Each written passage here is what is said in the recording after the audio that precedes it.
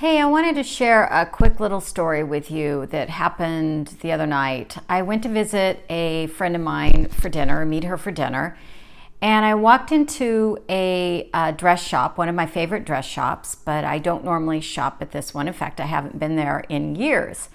So I opened up the door and was unexpectedly just overwhelmed with this memory that I had. And after I thought about it and kind of processed, I thought this would be a really good thing to share with you. And the reason why I want to share it is because I feel like a lot of the times in this space of health and wellness that there is a big tendency to frame, we have a tendency, I think, to frame the story as I was sick once and now I'm better and now you can too.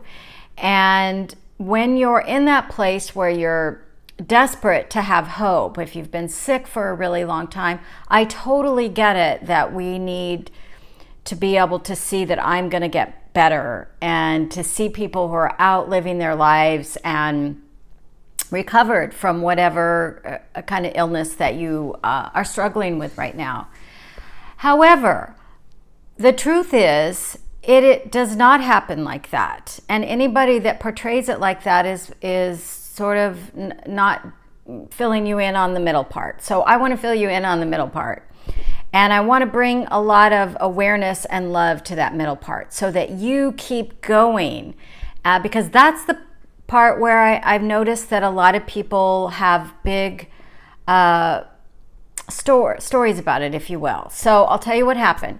So when I was recovering and felt ready to get out a little bit, so there was a little bit of that nudging and wanting to do something. I had been isolated for quite a while.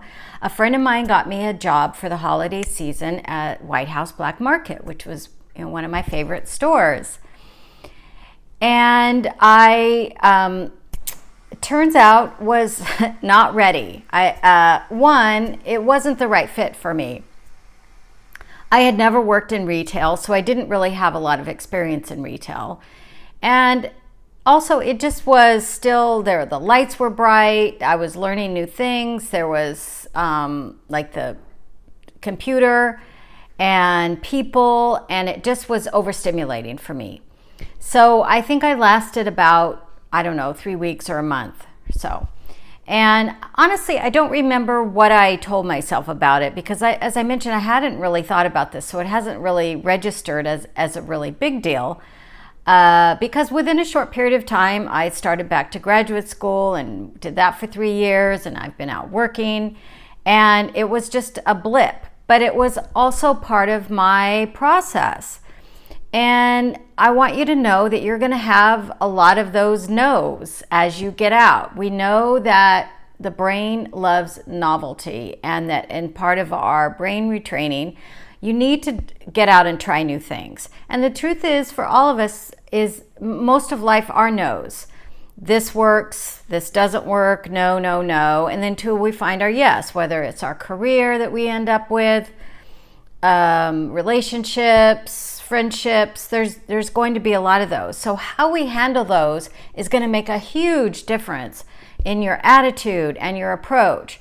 So be willing to, as I mentioned, to a lot of you trying meetups or new groups of interest, be willing to go, those are my people, those aren't my people, it's okay. Don't walk away with a story like I'm a failure or this was wrong or a big old mistake because I did this. It's really okay to say this worked or this wasn't the right fit, maybe at another time. I mean, who knows? I might have enjoyed that at another time. I think mostly I probably would have been better off like working in an office or something as a receptionist if I was looking for a part-time job because that was kind of more my comfort level. So I'm hoping as our community grows and as you are growing and developing that you can be okay and kind of share your no's and your yeses and the things that you tried out. It might be a yoga class or a different kind of an art class, anything that you tried and worked or didn't work. What works for one might work for another. So we will always want to remember that. And I just want to remind you of of that process, and just keep up all the great work that you're doing. I love hearing your stories and look forward to talking to you soon.